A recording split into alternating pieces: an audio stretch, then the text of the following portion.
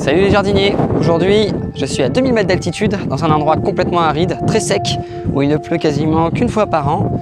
Donc je vous dis d'ailleurs, c'est nuageux, peut-être qu'il va pleuvoir et qu'on va assister à un événement quand même assez unique et assez rare. Ça me ferait plaisir. Je suis en pleine Namibie, pas loin du désert de Namib, dans une région de haut plateau avec des massifs quand même rocailleux et montagneux autour de moi, très sec, très aride. Et il y a quand même une végétation ici qui est très adaptée aux conditions de sécheresse et à l'altitude. Et je vais vous présenter notamment le Kiver Tree. Le Kiver Tree, c'est cet arbre qui est un aloe en fait.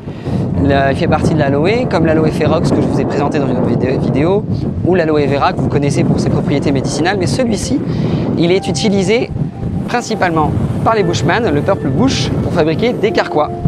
En effet, il récupère une partie de la plante. Comme c'est une plante qui n'est pas un arbre, il y a très peu de lignine et de cellulose, donc on peut récupérer la branche, la creuser à l'intérieur parce qu'elle est assez molle, et en fabriquer un carquois. Je vais vous présenter rapidement quelques caractéristiques de la plante qui lui permettent de supporter des conditions arides. On a notamment cette écorce blanche. Sur l'écorce blanche, on retrouve en fait une poudre. Cette poudre lui permet à l'arbre de résister à la fois au rayonnement ultraviolet, qui est ici important, et aussi donc à la chaleur du soleil, aux brûlures du soleil. L'arbre produit des feuilles qui sont sous forme de triangle, un petit peu arrondies et charnues, comme l'aloe vera, on les reconnaît. Et lorsqu'il fait très chaud, très sec, certaines années, l'arbre n'hésite pas à se séparer d'une partie de sa végétation. Comme ici, là, on voit un moignon.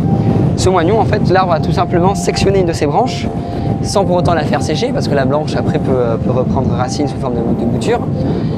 Et le moignon, lui, ne repoussera jamais, car on n'a aucun bourgeon terminaux qui va permettre de différencier.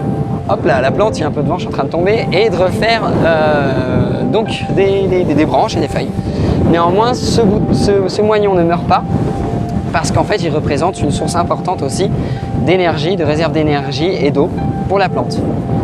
Voilà les jardiniers, écoutez, je suis très content d'être ici dans des conditions environnementales un petit peu inattendues et de vous avoir présenté le Kiver Tree, donc l'arbre aloe qui permet de faire des carquois. Maintenant, j'espère que je ne vais pas me prendre un orage de malade, une petite pluie, ça me ferait plaisir. Et soyez comme les bushman, soyez ingénieux, protégez l'environnement, faites avec lui. Faites-vous des carquois si vous avez envie. Allez, salut!